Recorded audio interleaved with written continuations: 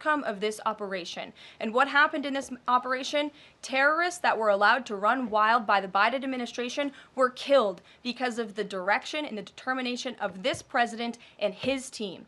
And this message also shows, this messaging thread also proved that President Trump has an incredibly dynamic team who is working incredibly hard, flying all over the world to secure world peace and to fix up the foreign policy crises that the previous administration left for this team to inherit. So to be clear, we all in this room and around the country would agree that we're glad no American service members were harmed, and we're glad that the mission was a success. We'll stipulate that. But the president said that Pete Hegseth said none of this was classified. So given the president has seen it now, and given the president understands that significant military plans are deemed classified as secret, how does the president view none of this, which details times and weapons and more, as being not classified? I've already been asked and answered this question. The president's thoughts on this remain the same today as they were yesterday, On what basis, as I'm well asking? as the Secretary of Defense. This question has been asked and answered. There was no classified material discussed. Jackie. On what basis I was asking? Go ahead, Jackie. Thank you, Caroline.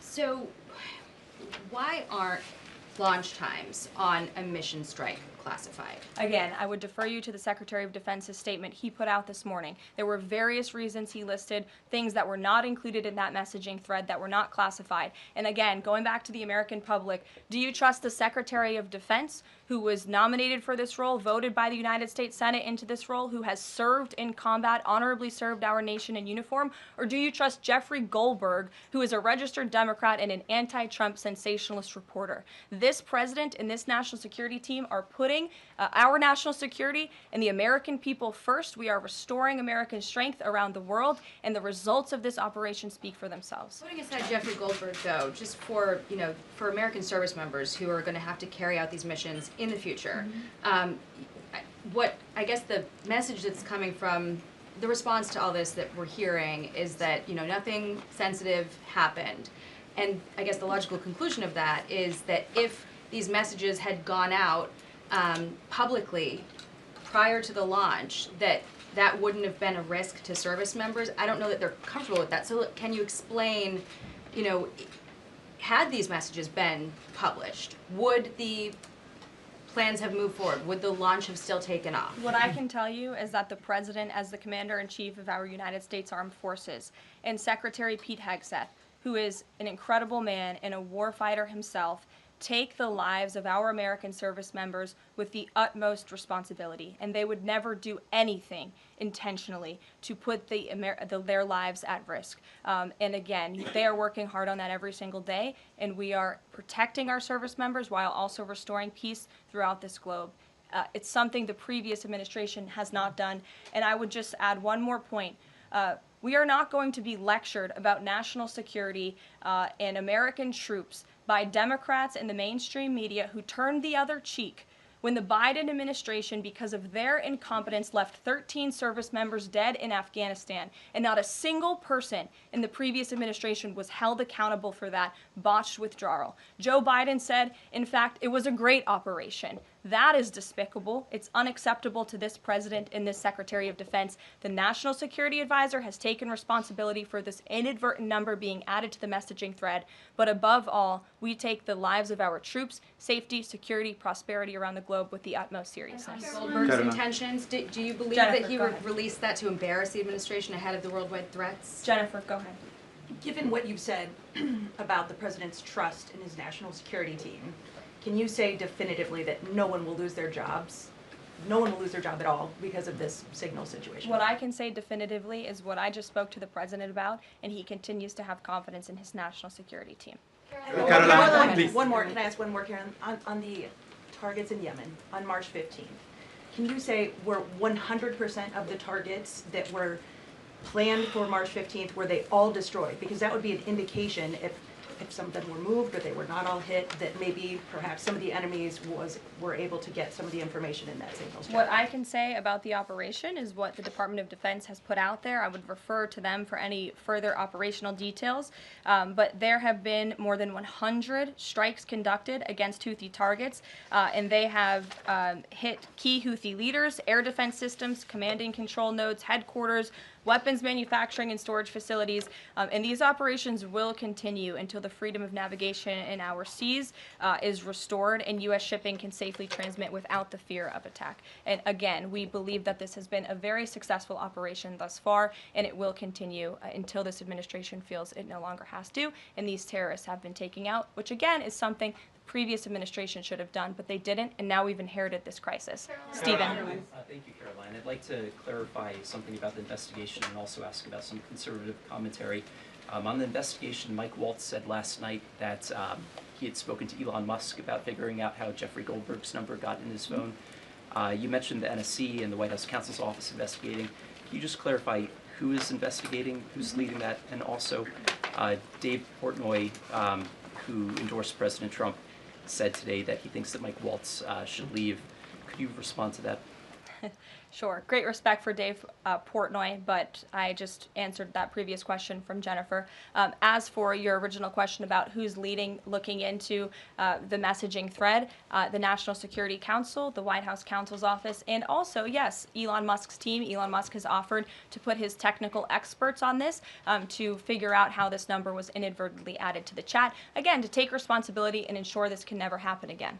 I have two questions. One on a follow-up on something you just said. But since we have these messages released, and you said that the president has now personally reviewed them, at the chat at one point, Pete Hegseth wrote 14-15 strike drones on target, and in all caps he said, "This is when the first bombs will definitely drop."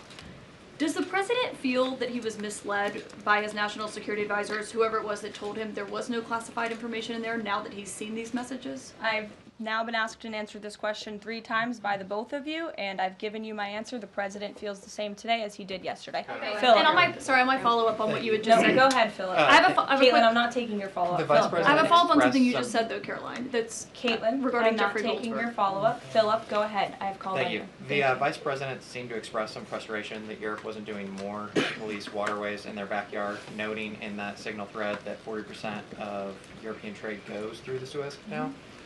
Does the President share that opinion and frustration? And then going forward, should the Europeans be responsible for policing that waterway? Well, the president was asked this question yesterday by the pool in the cabinet room, and he answered this question. He said yes, he believes that Europe has been, as the vice president put it, freeloading on the backs of American taxpayers and off the backs of the United States of America, and he wants to ensure that Europe pays their fair share. He's always been very honest and upfront about that, and I think the vice president shares those concerns with him as well. And then one more. Sure. You know, enlisted soldiers, sailors, and Marines would face consequences if they shared this type of information inadvertently with a reporter.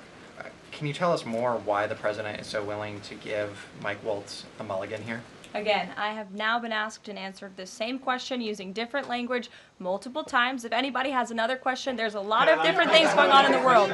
We have tariffs possibly being implemented later today. The president is going to talk about that at 4 o'clock this afternoon. Sure, go ahead. Okay, thank you for taking my question. I wanted to first and foremost thank the administration for the election integrity executive order, because so many journalists for 4 years were banned from talking about this very subject. So thank you to the administration for that. My question is, yesterday President Trump, when signing the order, said that there is more to come when it comes to election integrity. Would that include same-day voting and hand-counted paper ballots? And why are Democrats so against election integrity measures like obviously proof of citizenship when it comes to voting in a United States election? Well, it's a very good question. You'll have to ask the Democrats why they're against so many common sense things, not just mandating voter ID. Why are they against men and women's sports? Why are they against deporting foreign terrorists from American soil who have been designated a foreign terrorist organization? I'm referring to Tren de Aragua. As for the election integrity executive order that the president signed yesterday, this is in an effort to restore trust in American elections. There were more than 10 steps taken, 10 executive actions taken throughout this one order. It directs the department, or the Attorney General rather, in Homeland Security to prevent non-citizens from any involvement in administering elections. There's also another host of actions. We can provide the fact sheet for you, but it's a very strong election integrity executive order, and the president would also like to see Congress do something about this very important issue. Sure, go ahead. Caroline, the Republicans and Democrats alike have been expressing some concern about the frequency with which senior Trump officials have been using the Signal app.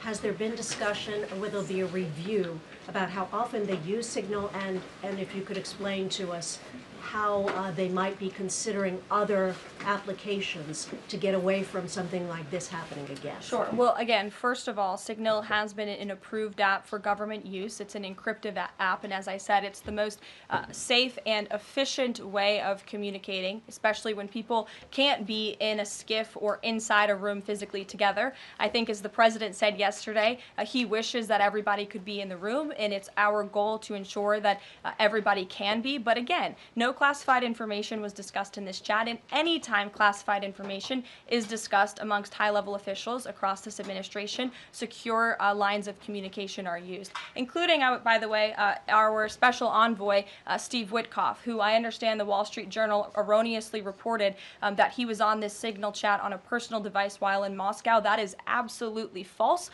Steve Witkoff did not have his personal device, nor did he have his government device with him. He was given a classified, protected server by the United States government, and he was very careful about his communications when he was in Russia. So rest assured to the American public, this administration is taking every precaution when it comes to protecting our national security. And that's why the American people reelected this president, because they know that our national security is in good hands with the President of the United States. Speaking of the Vice President, I understand he's going to be speaking any moment now. I would hate to counter-program the Vice President of the United States. You'll also hear from the President at 3 o'clock. He will be honoring women's history at the Women's History Month celebration. We have a lot of great women across our cabinet who will be in attendance, so we'll see you all there. And then you'll also hear from the President again at 4 o'clock when he talks about tariffs. So plenty of time for more questions. Sorry it's a bit shorter today, guys. We'll see you later. Jeffrey Goldberg's number and Michael Waltz's phone if he's a registered Democrat and anti-Trump reporter.